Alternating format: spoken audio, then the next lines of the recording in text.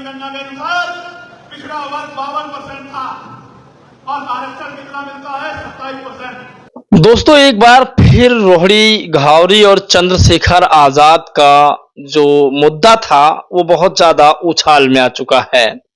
दरअसल रोहिणी घावरी नहीं चाहती हैं कि इस मामले को बैठा दिया जाए, वो नहीं चाहती कि इस मामले को रफा दफा कर दिया जाए। वो चाहती हैं कि सोशल मीडिया के माध्यम से और मेन स्ट्रीम मीडिया के माध्यम से इस खबर को जन जन तक पहुंचाया जाए। उधर चंद्रशेखर आजाद 85% की लड़ाई लड़ रहे हैं। चंद्रशेखर आजाद 85% की लड़ाई में आज जो स्टेटमेंट दिया है उसका क्लिप आप लोगों ने अभी देखा, लेकिन पूरी कहानी उसके पीछे की क्या है इस वीडियो में हम जानेंगे। सबसे बड़ी खबर आज की है जिस पर बातचीत करेंगे। दोस्तों नमस्कार, मेरा नाम पराग है और आप सभी का मैं बहुत बहुत स्वागत करता हूं। आज रोहिणी घावरी बैठने का नाम नहीं ले रही हैं और ना ही इस मुद्दे को बैठाने का नाम ले रही हैं। दरअसल आपको बता दें कि रोहिणी घावरी का इल्जाम है कि चंद्रशेखर आजाद ने उनके साथ में गलत हरकतें की है और उनके साथ धोखाधड़ी किया है। इसी मुद्दे को लेकर के चंद्रशेखर आजाद को वो बझाना चाहती हैं। चंद्रशेखर आजाद के समर्थक, चंद्रशेखर आजाद के साथी ये कहते हैं कि चंद्रशेखर आजाद निर्दोष हैं, लेकिन रोहिणी घावरी मानने को तैयार नहीं हैं। और रोहिणी ने कल ये भी कह दिया है कि कल चंद्रशेखर आजाद ने ये मान लिया है कि उन्होंने डॉक्टर रोहिणी घावरी के साथ गलत किया है। दरअसल कल दिल्ली में चंद्रशेखर आजाद ने एक मीटअप किया था अपने तमाम समर्थकों के साथ। वहां पर आए और एक मीटिंग किया। मीटिंग के दौरान चंद्रशेखर आजाद ने यह कबूल कर लिया है कि उन्होंने गलत किया है, ऐसा रोहिणी घावरी का कहना है। मेरे पास इसका कोई ठोस एविडेंस नहीं है कि उन्होंने एक्सेप्ट किया है, लेकिन रोहिणी घावरी ने अपने एक्स पर पोस्ट किया है। ये ठोस सबूत है मेरे पास कि रोहिणी घावरी कहती हैं कि चंद्रशेखर ने एक्सेप्ट किया है। चंद्रशेखर क्या कहते हैं वो आपको बताएंगे। रोहिणी घावरी ने पूरी खबर ट्विटर पर पेश किया है। वो लिखती है कि कल चंद्रशेखर ने दिल्ली में गुप्त मीटिंग बुलाकर सबके सामने एक्सेप्ट किया कि रिश्ता था, साथ रहे, लेकिन लगा कि राजनीतिक सामाजिक नुकसान है तो छोड़ दिया। यही जवाब कोर्ट में देके दिखाना। अब क्यों चंद्रशेखर, मैं क्या कोई खिलौना हूं जो यूज करके फेंक दिया? मैं किसी की बेटी बहन इज्जत हूं। जो तुमने किया है उसकी माफी नहीं, सजा होगी, याद रखना।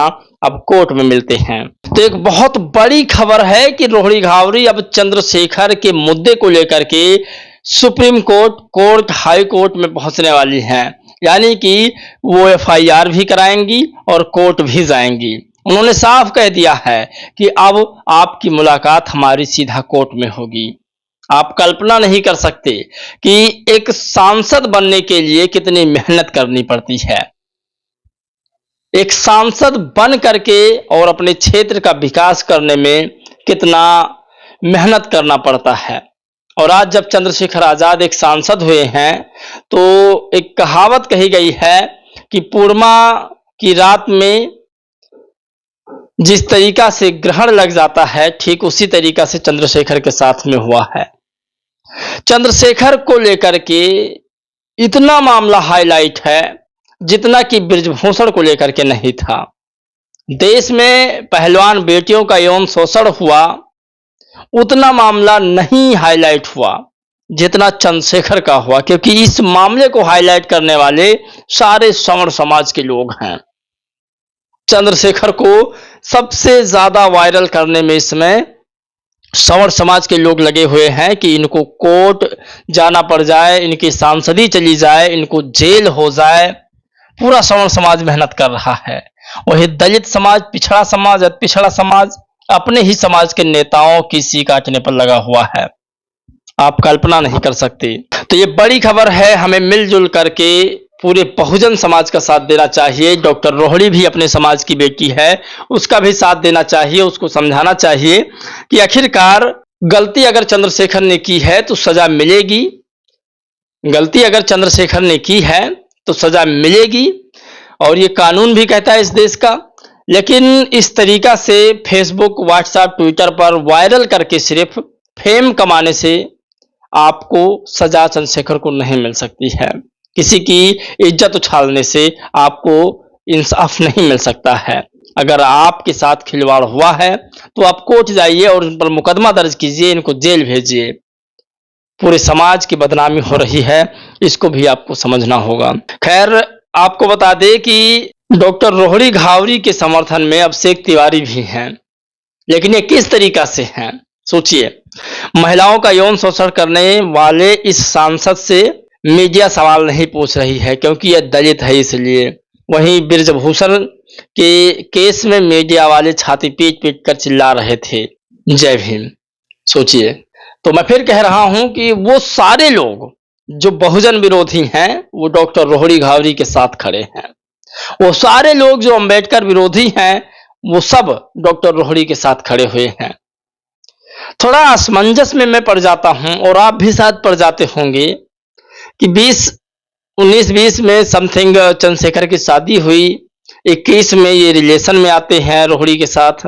रोहड़ी को पता भी नहीं चलता कि इनकी शादी हुई है और चंद्रशेखर अपने बेटे के जन्मदिन की फोटो वायरल करते हैं, तब भी ये कुछ ऑब्जेक्शन नहीं उठाती हैं। एक विनोद यादव हैं, मध्य प्रदेश के आजाद समाज पार्टी के प्रदेश उपाध्यक्ष, वो कहते हैं मैंने इनसे सब पहले बता भी दिया था। आप ये कह रही हैं कि भाई मुझे धोखा दिया, मेरा ऐसा कर दिया, मेरा वैसा कर दिया। तो चंद्रशेखर आजाद की शादी की जानकारी आपको सन 2021 में थी। आप उनके बेटों के लिए ड्रेसेस स्विट्जरलैंड से खरीद कर लेकर के आई। और बहुत सारे कमेंट जो आए हैं आप में से लोगों का, वो ये कहते हैं कि चंद्रशेखर और डॉक्टर रोहड़ी का भाई बहन का रिश्ता था। डॉक्टर रोहड़ी हमेशा कमेंट में या व्हाट्सएप के चैट के जरिए भाई भाई कहकर संबोधित करती थी चंद्रशेखर को। अचानक ये कैसे हो गया? क्या कहीं राजनीतिक चक्कर में? एक भाई ने तो कमेंट करके लिख दिया कि बीजेपी के इशारों पर डॉक्टर रोहड़ी घावरी काम कर रही हैं। यहां तक की बात हो गई। दोस्तों, अब आपको बताते हैं कि आखिर चंद्रशेखर इस समय क्या कर रहे हैं। दरअसल चंद्रशेखर पर इल्जाम लग रहा है, लेकिन चंद्रशेखर क्या कर रहे हैं? चंद्रशेखर लिखते हैं कि निजी क्षेत्रों में आरक्षण लागू करने का काम हम लोग करेंगे। हम पढ़े लिखे नौजवानों को घर से बुला के रोजगार देंगे। सरकारी ठेकों में भी दलित पिछड़े वर्ग के लोगों को आरक्षण दिलाने का काम हम करेंगे। संविदा और आउटसोर्सिंग ठेकेदारी खत्म कर पक्की नौकरियां देने का काम हम लोग करेंगे। भूमिहीनों को जमीन और बेघरों को पक्का मकान देने का काम हम लोग करेंगे। झांसी उत्तर प्रदेश में आयोजित अस्तित्व बचाओ भाईचारा बनाओ प्रबुद्ध सम्मेलन में चंद्रशेखर आजाद ने कहा इन्होंने कि 1931 की जनगणना के अनुसार पिछड़ा वर्ग 52% था और आरक्षण कितना मिला? 27%। मैं आपको विश्वास दिलाकर कहता हूं कि 52% पिछड़ों के वर्गों को 52% आरक्षण दिलाने का काम हम लोग उत्तर प्रदेश में करेंगे। तो चंद्रशेखर की बड़ी मांग है। उधर रोहड़ी इनके ऊपर इल्जाम लगा रही है, जेल भेजने की तैयारी कर रही हैं। सवर्ण समाज भी चंद्रशेखर को चाहता है जेल में चले जाए, लेकिन चंद्रशेखर आजाद आरक्षण, वर्गीकरण, जनसंख्या, सारे बहुजन समाज के हक अधिकारों को दिलाने की बात कर रहे हैं।